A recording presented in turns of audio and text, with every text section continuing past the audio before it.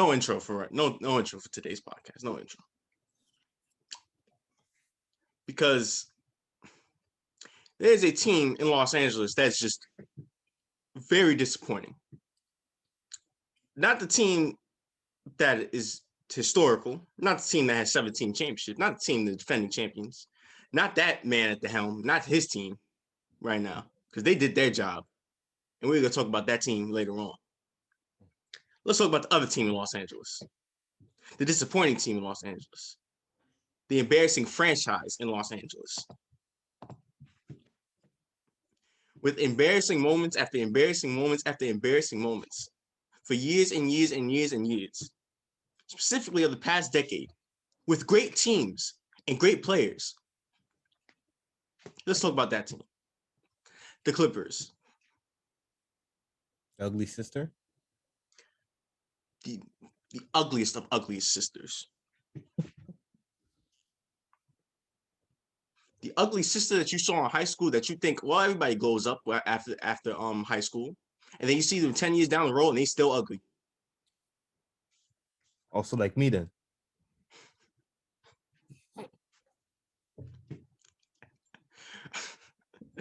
Sure. The Los Angeles Clippers. They have a bad late game performance in game one as their home court. So, okay. See that performance. They couldn't stop Luka. They couldn't stop Tim Hardaway. Then game two happens, final game for the in Staples Center as well, at least for now, until you go to Dallas, right? Yeah. You can't guard Luka, and you can't guard Hardaway again. Their defense was terrible. I'm not gonna get into their offense. Not as much. Kawhi did his thing offensively. PG did his thing offensively, even though late I feel like he settled too much when his bread and butter was taking it in and shooting mid-range jump shots. He shot too many threes when he didn't need to. And that's why he went 1 for 7 from deep. But besides that, he was great. Yeah. But defensively, the Clippers were terrible. They were terrible. And it's not even that they couldn't guard Luka, because nobody could really guard Luka, and Luka is a menace. Yeah. It was the way. You don't have to switch every time on a screen. You can stay home. It was every time a screen, just switch. And then they would just have terrible double team efforts. Yeah. And then Tim Hardaway was killing them again.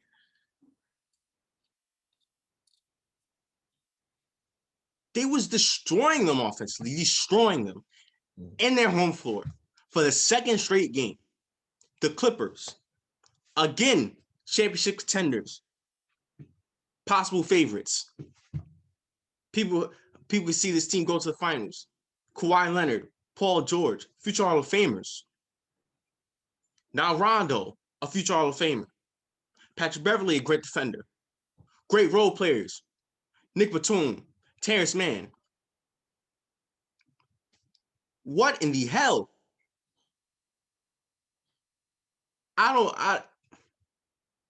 You can't lose 2 games, especially when you're that team, that talented team, on your home court. Not like this, not in this way. I don't know what to say. I don't know if I switch my prediction. No, don't do it. It's too late now, bro. It's too late now, bro. Well, it's not about. It's too late. It's not about making the right decision. Not about making the right prediction. It's just about correcting a wrong. Yeah. I don't know if I should say I don't think. It's not even about that, because I thought the Clippers win. Yeah. I don't know if they are. I don't think that they are. I'm thinking that Dallas is winning in 5. Well, you just said some big points right there, mister. Big time. And talented team like this, to have home court advantage and not take advantage at all, to just destroy those two opportunities in which you got to be like, okay, it's fine if you lose one game. Again, losing happens, right? But you have home court. Everything is in your favor. You're the more talented team. And yes, there is going to be teams that have your number or whatsoever. Like, that just have that call against you, in which whenever they play against you, they're gonna go against you so well. But for the Clippers to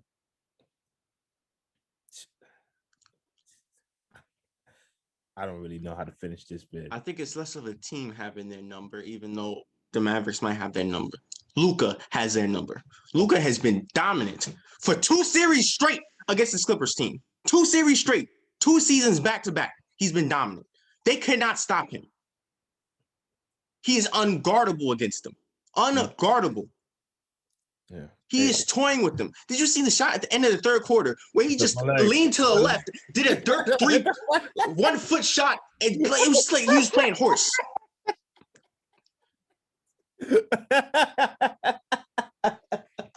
When he did that shot, you knew he was hot. You knew it was over for the Clippers when he did that. It was like, what am I watching?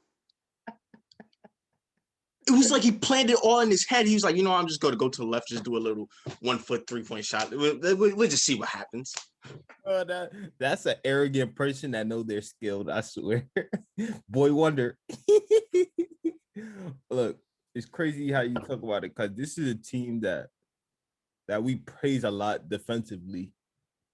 And they shit last night defensively. Yeah, and they were shit last night defensively, and it's just like, oh my gosh, like what kind of show is this? Like, what, like, you couldn't do it last game, you couldn't do this game on your home floor?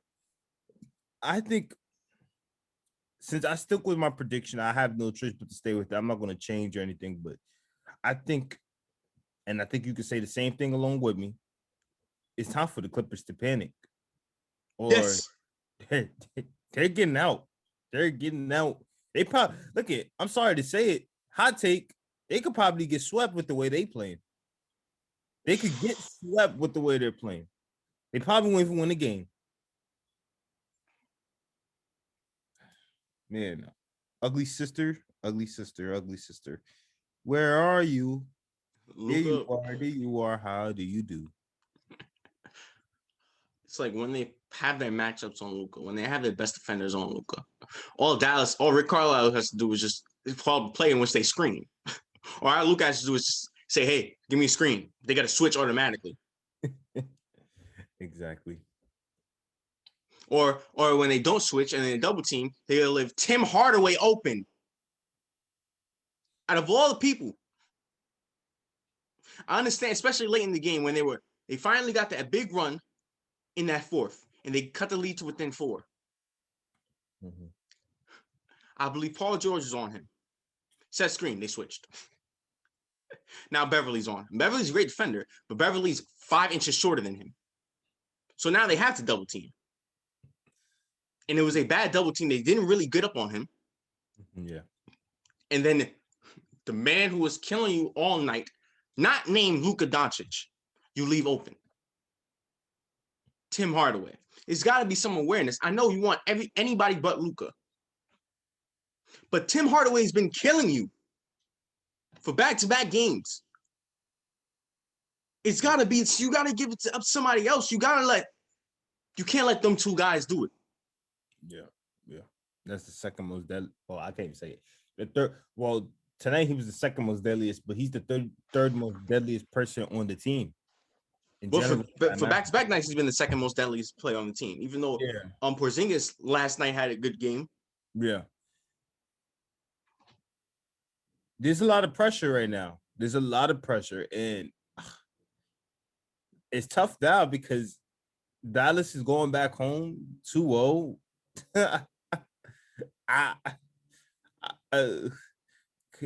Hey, anything's possible. I don't know. The momentum look like it's shifting now. The game 1 win, and then you talk about the horrendous night that just happened last night defensively for the Clippers. The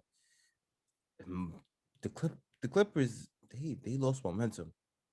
And I don't care how great their offense was last night. They lost momentum. They really lost momentum. I don't know how they're going to recover from this. I don't know what kind of schemes that they're going to make up, because just like you said, it looked like Luka is just like disrespectfully like just sliding right through it. It don't matter what kind of schemes they put up for Luka or the team. If you got a person like Luka who's that high IQ, he's going to find a way to make something work. And no, I think it's time for the Clippers to consider moving to Seattle. Here we go, man. I'm just saying. Look, if it can't be Sacramento, hey, it makes no sense to have two LA teams.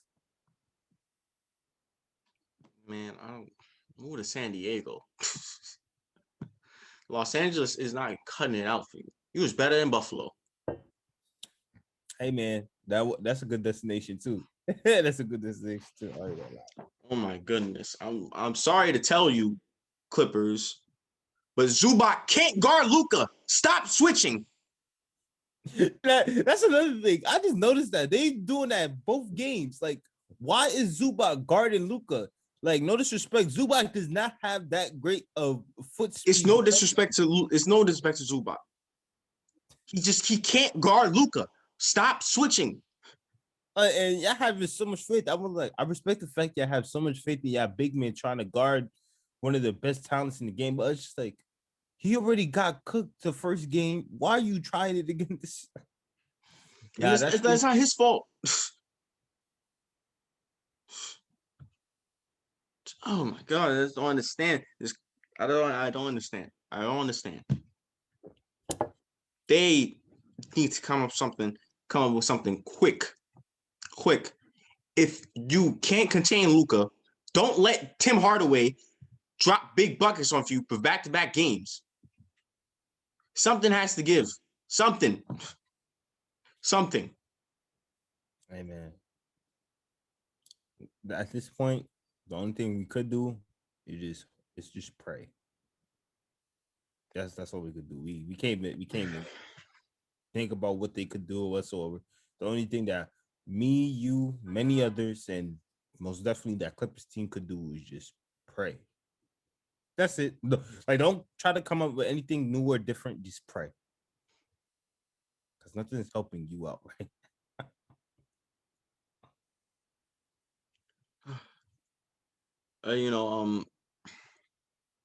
Calm down a little bit. And let me not bash Clippers so much, because I got to give actual credit to, the winners, the Dallas Mavericks. They came into Los Angeles for 2 straight games. Luka Doncic played out of his mind. Like a beast. He was born for this moment, like you said many times. He has been professionally played basketball since he was 12. So this does not faze him. Playoffs doesn't faze him. It excites him. He excels in this. That's what he does. To this Clippers team that we thought was so great defensively, or can be so great when they need to be so defensively, he has killed them for 2 straight series. And in the regular season. Look at that. And in the regular season. You that guy. When you said it's easier to score here than it is overseas. Like, he's like, still to this day, his mom blew it to me that he said that.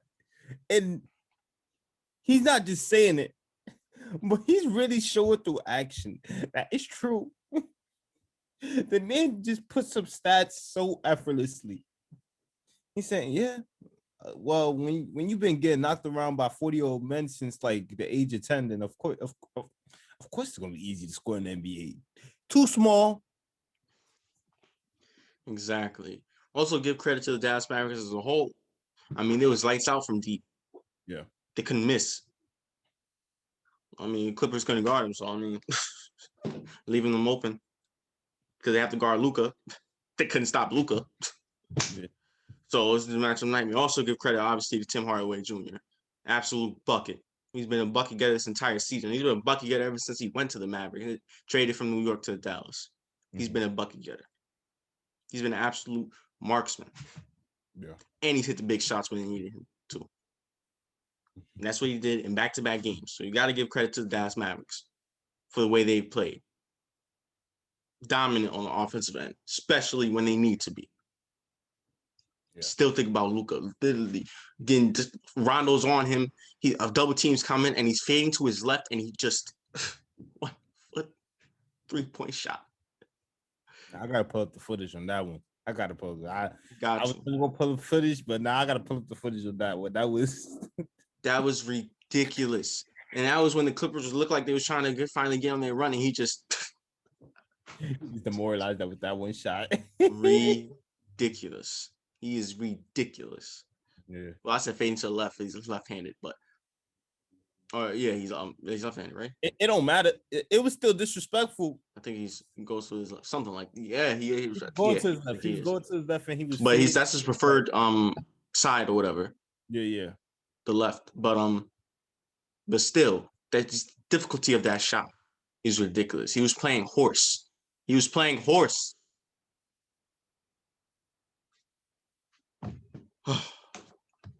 Nonetheless, if you haven't noticed, the Dallas Mavericks win Game 2 and take a 2-0 series lead against the Los Angeles Clippers, heading into Dallas, the American Airlines Center. You saw your boy Dirk at the game? Yeah, I saw him in Luka. But Dirk wishes what he could do what Luka just did. My God. But that's one team in Los Angeles. Let's talk about the historical team in Los Angeles. One of the greatest franchises of all time. The defending champions, the Los Angeles Lakers, coming off of that Game 1 loss against the Phoenix Suns. And they had to come out and make the statement. And coming off of that embarrassing performance, getting shut down and demolished by DeAndre Ayton, he had to step up. And who is he? Anthony Davis. Mm-hmm. And boy, did he step up. With a great player like that, in a playoff game like that, you can't back-to-back playoff games, bad playoff games. That wasn't happening. I don't know. AD is too much of a great talent. And he proved that last night with an amazing performance. Yeah. Performance that they needed, especially in that second half. Yeah. He was big time. Well, yeah, big time. Again, a person of AD's talents, you're not going to see a bad stretch of games from him. Like one bad game and that's it. And then it's the rest of the legendary games right after that. The thing that was still beautiful to watch, though, is that the fact that both big men on both teams, they were still going at each other, though. It was a classic duel by both of those big men. You got to talk about it. DeAndre Ayton had the first matchup and had the best of the matchup in the first series, but hey, it was more closer matchup this game, and they still went at each other. I thought, sometimes you think Ayton is kind of inconsistent with his performance time to time, and that's because of the offensive way set up at times. But hey, man, him and AD were exchanging buckets. They were going at it on the floor, on both ends of the floor, keeping up with each other. This just shows how beautiful of it is to watch the young versus the current star. Mm-hmm. And they went at it. And also, look at that quick. Chris Paul clearly see he was not 100%. Yeah. I mean, it was clear as day. He started the game. He didn't play fully. His minutes was cut a little bit, and didn't finish in that fourth quarter. Mm-hmm. So he had a little bit of an impact on the Suns team. Yeah. However, they had another point guard stepped up for him. Stepped up when they needed to. Role players on the most important parts of these playoffs. And who was that man? Cameron Payne. I said Marcus Payne. I don't know where he got Marcus from, but Cameron Payne, who has been playing great for the Suns this year. Coming back to the league, he's been playing great. Mm-hmm. And in this game, especially in that third and fourth quarter, he was big time when they needed to, when they were down, because the Lakers had the lead for majority of the game. Yeah. and he was one of the main contributors to that. 19 points coming off the bench, playing big minutes, stepping up in the absence and the injury of Chris Paul. You need. And you just alluded to right there. I think it's again the leadership of Chris Paul. I feel like Chris Paul has empowered all of these guys, but specifically probably Cameron Payne to step up in this role of like, just playing his game and seeing how it goes. And you can see it again. He has had a big impact on this team. Not just in these two playoffs games that just happened, but in this whole Suns team as well. And this playoff game is just showing you how important these guys are and how empowered they feel with the leadership like Chris Paul at the helm. He had a great game. Karen Payne was going off, and offensively, he was just like he was leading this team, like he was orchestrating this team, helping them up big time. Because again, um, Booker didn't have the best of first halves. Like No, he of course you can't tame him. You can't hold him down for you. You can only hold him down for a certain point. Then he's gonna go off, which he did. As I think you're going to lose too soon. But yeah, Cameron Payne was keeping his team up along with DeAndre Ayton and many others. Yes, and speaking of Devin Booker, yes, he had a better second half, but a lot of his points came off of the free throw line. Yeah. So you got to credit this Lakers defense. They really did the best job they could containing him. I mean, they were smothering him. Any shot that he had, they made sure that it wasn't easy. That's why he shot like 17 free throws, I think. Yeah. So it clearly wasn't easy. They hounded him, and this is the best defensive team in terms of defensive rating, I believe, in the league. Yeah. So especially with the game he had in game one, Frank Vogel, we've seen the adjustments he made. We've seen it's just based off last year and his losses. He just came back out the next game, make the adjustments, and that's what he did, and that's the Lakers played to that. And the defensive game this game was great. That's on the defensive side. Let's talk about the offensive side. We already talked about AD and how big time he was, especially in that fourth quarter. LeBron, always big time. I don't think we never even need to mention it. It's always big time. Yeah. What? Nah. I always say that whenever we talk about LeBron, I'll be like, okay, Bron. I don't know why. So he's knowing too. Dennis Schroeder also stepped up. And when your three best players are playing that high level, it's going to increase your chances to win. Dennis Schroeder was big time. He's one of the best finishers in the league, and he contributed to this Lakers team. They needed that from him. As a result, and with LeBron's dagger three late in the game, Lakers take game two, tied the series up. Yeah, man, it's great to see LA team doing great, unlike another. The Lakers know, again, you have them winning the series, and what I mean, they are a championship pedigree team, and you can't break them. That's one thing for sure, that no matter what, you can't break this Lakers team, especially with Bron at their helm. You most definitely can't break them. It's hard to go away, and with everything clicking on all cylinders, you talked about it. AD had a comeback game, like after struggling in that first game, comeback game too. You talk about Dennis Schroeder being big time. I believe like 25 points, 25. Dennis Schroeder 24. 24 points. Andre Drummond double. Like, you know what I mean? Like, Best rebounder of the last decade. Yep. And you talk about Alex Caruso doing all the little things that's needed, that's provided to try to help out this team. This Lakers team, again, they got that hunger, they got that pedigree, and they have that chemistry. They clicking on all cylinders, man. And they're going to continue to ride. They had that internal momentum right in them to continue to ride along with this. But I would still not give up against the Suns team, because the fact that they were able to keep up with this championship team toe-to-toe, or especially on the offensive end, just goes to show you how, it could go either way this series. It could most definitely go either way. for sure. Even with Chris Paul out, this is with Chris Paul out, who, just like what you talk about, can't catch a break. It's like something always goes wrong at the wrong moment for him.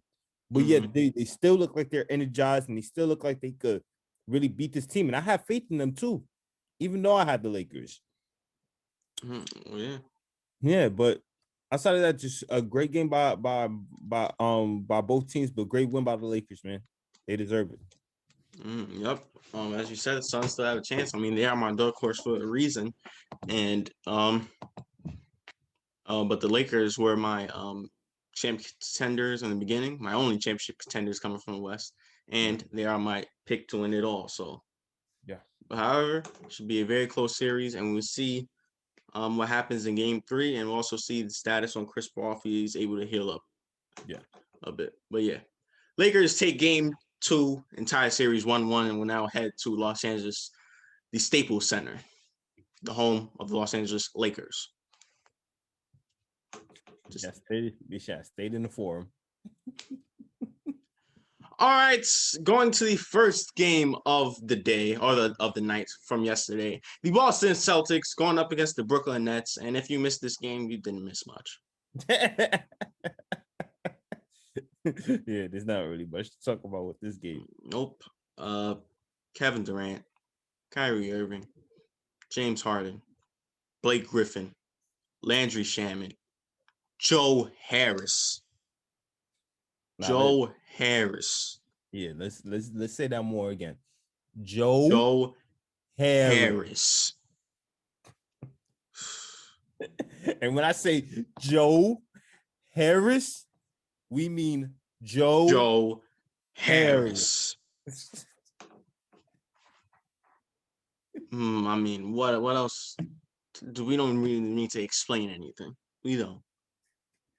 We really don't. Offensive explosion by the Brooklyn Nets, some of which we've seen this season so far, and they just replicated that in the playoffs. Yeah, just unfortunate for the Celtics. Yeah. Hey, well, don't go that nigga Tatum. See, that's your man's, but you laughing. Your man's had another bad game. Who, Kemba? No, Tatum. Well, he did get that was late though. When he got poked in his eye. Yeah, I think that was late. Look, if the Celtics even want a chance, you alluded to so many times. We can't fault his greatness offensively. He just got to get it back. But again, he has had a situation in which, don't forget, in last playoff season, he kind of had struggling games in important moments in which his team lost. But I can't fault him much on this though too, because of the fact, when you're going against an offensive juggernaut like the Nets, it's like,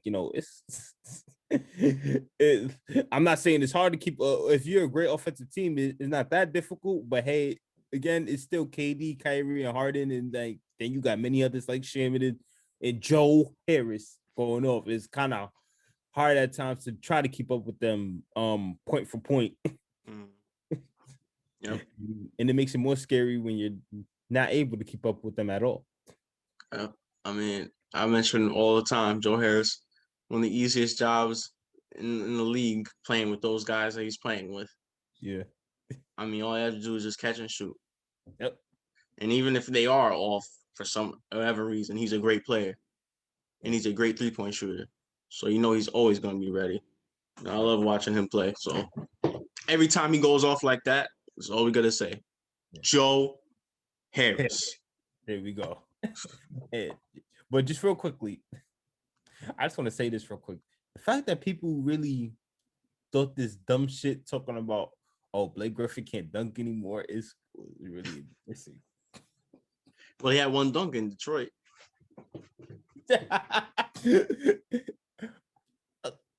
Look at the fact that they really went back and found a stat for the last time he dunked, and now this dude is dunking over everybody in Brooklyn. You know what? Just move on. Was you gonna say the stat for everything? Yeah, well, it's staff for everything. Yes, most definitely. But that was like you want to know how people say this? How you know people be bored because the fact that they really had to make that like a topic of discussion Mhm. is embarrassing. It's just embarrassing. Like, whoa, like what? Well, with that win, the boys in Brooklyn take a 2-0 lead against the Boston Celtics. Now they will head to Boston. All right, before we get into the predictions, give our congratulations to right on cue, the most improved player of the year, Julius Randle. I mean, the year that he's had compared to last year, I mean, this was basically runaway, being the nominee of Jeremy Grant and Mike Porter Jr., even though they've had great years, great improvements, especially Mike Porter Jr., the way he's playing for Denver. But, I mean, Julius Randle, I mean, come on, with his 7th season and the things that he's doing in his 7th season, Mm-hmm. like out of nowhere, all-star in his 7th season, possible all-NBA, should be definitely all-NBA, Yeah. 24, 10, and 6. He's a great playmaker. He's getting double team constantly day in, day out, still putting up buckets.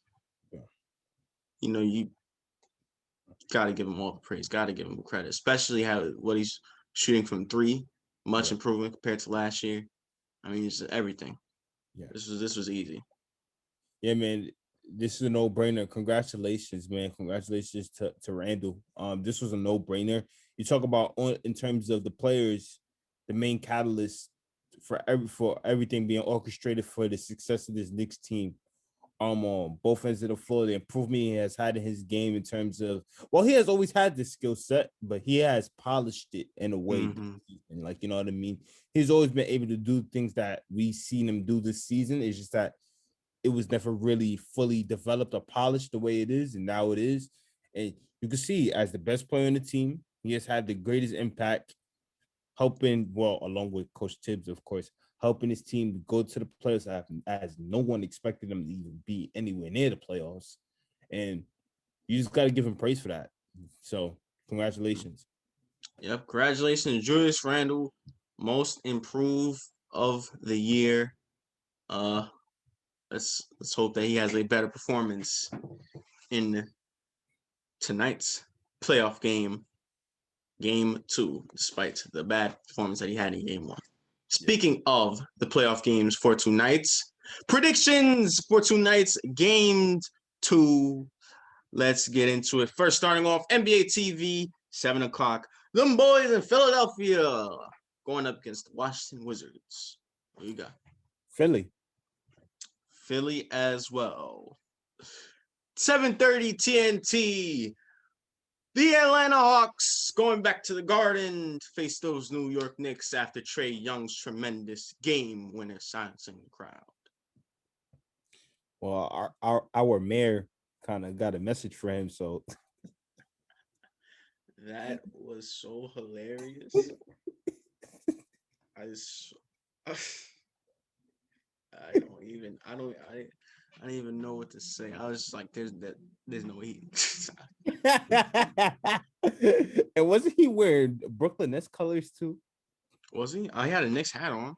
I know he had a Knicks hat, but I kind of swear he had like some Brooklyn Nets. I mean, to be fair, he's a mayor of New York City, so he kind of has to support all the Both teams. teams. I can respect that. I can respect that. So yeah. Again, I know y'all lost the way y'all lost game 1. It was unfortunate, but the guard is still gonna be bumping. And I got the Knicks. This is still their opportunity. Just please don't blow it because home court advantage is really important. I got the Knicks as well. I don't think their bench will score 60 points, but I think that man right behind me, the most improved player of the year, will have a better performance.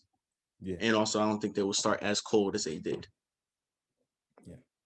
All right. And lastly, TNT 10 o'clock. Come off their upset win in game 1. The 8th seeded Memphis Grizzlies goes to Utah, battle Utah Jazz. And I do believe that Donovan Mitchell will be back. I think. So who do you got? Even if he wasn't coming back, I got the Jazz with the bounce back win. I got the Jazz bounce back win because they missed a lot of 3-pointers. Mm-hmm. Last game, I don't think they will miss that many again. Hold on. Oh yeah, but yeah, I got the Jazz, all home teams for me and you. All right, I think it's time to wrap things up.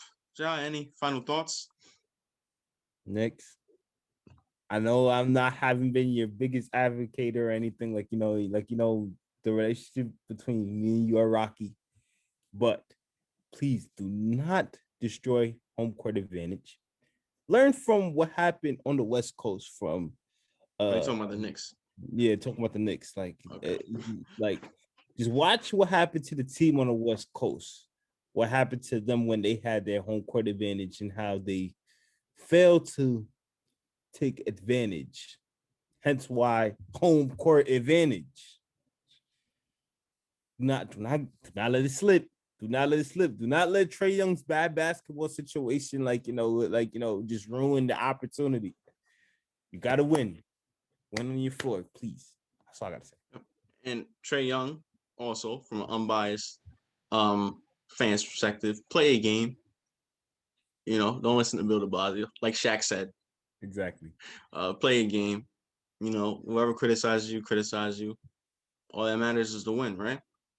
Exactly. And Trae Young is playing his game, regardless. It's like I don't think he's foul hunting. It's just the way that it is in today's NBA, the way the calls are, how soft the league is, and stuff like that. Well, I'm not disrespecting any of these players. That's I don't know if it's about the soft league. It's just that, yeah. Well, it might be a little bit of that, but he just knows how to really draw fouls. Exactly. I mean, similarly like James Harden. Exactly. And Dame exactly. I think you just said you just said the main culprit. People are focusing on Trae Young. I said y'all should be talking about James Harden. James Harden is the cause of all this. Well, to be fair, people who's criticized Trae Young for that have never supported James Harden. Exactly. When he did that. James Harden don't do it as much because he's become a facilitator now. He's become more of a playmaker. Yeah. So he's not just scoring as much as he used to. Yeah. I see. I just want to say real quick for the Clippers. Panic mode. Yes. However, have calmed down. It's not all out. It's not a guarantee that y'all will lose the series. I've learned to try not to overreact, even though I may be over emotional sometimes. Certain situations. Still 2-0, and even though you have a tough task going into the American Airlines Arena, being down 0-2, still have Kawhi Leonard, still have Paul George, still have a great team, and I hope Ty Lue makes adjustments, especially on the defensive side of the ball, to figure out how to stop the 3-point shooting of Dallas, figure out how to stop Tim Hardaway as a second option, or how to stop Luka. Any of the three can help y'all win. Nah, that third one ain't gonna happen, bro. That third one ain't gonna happen. Come on now. Okay, well, the other two they might have to do. Well, maybe they might if they just stop switching. Please stop switching. Just stay home, or at least just double team him the whole time. Just stop switching, please. Exactly. I was about to say, bro, you saw the one-legged fade away to the side, bro. You know that just goes to you know. That was one of the craziest shots I've ever seen. Yeah, stop him. Come on now. That was ridiculous. But yeah, that's all my thoughts. For the playoffs, or for last night, and for the Clippers. We'll see what happens. Just don't go down 3-0. Just avoid that. Yep. Even if you go down 3-1, there's still a chance. 3-0, that's series. That is series. But all right, and I hope I'll be excited if that man comes back to play tomorrow going up against that man, because I miss Donovan Mitchell playing, and he's an exciting player, and he plays great in the playoffs. That being said, thank you guys for watching today's podcast. Make sure to tune into tomorrow's podcast. Make sure you like, share, subscribe, comment, support the channel, give us feedback, all that good stuff. You also follow our IG and our TikTok down in the description below, and let's have some fun. Yes. And once again, I'm Evan. I'm Ja. And this is the Mind of Basketball Podcast. Playoff edition. Playoff edition.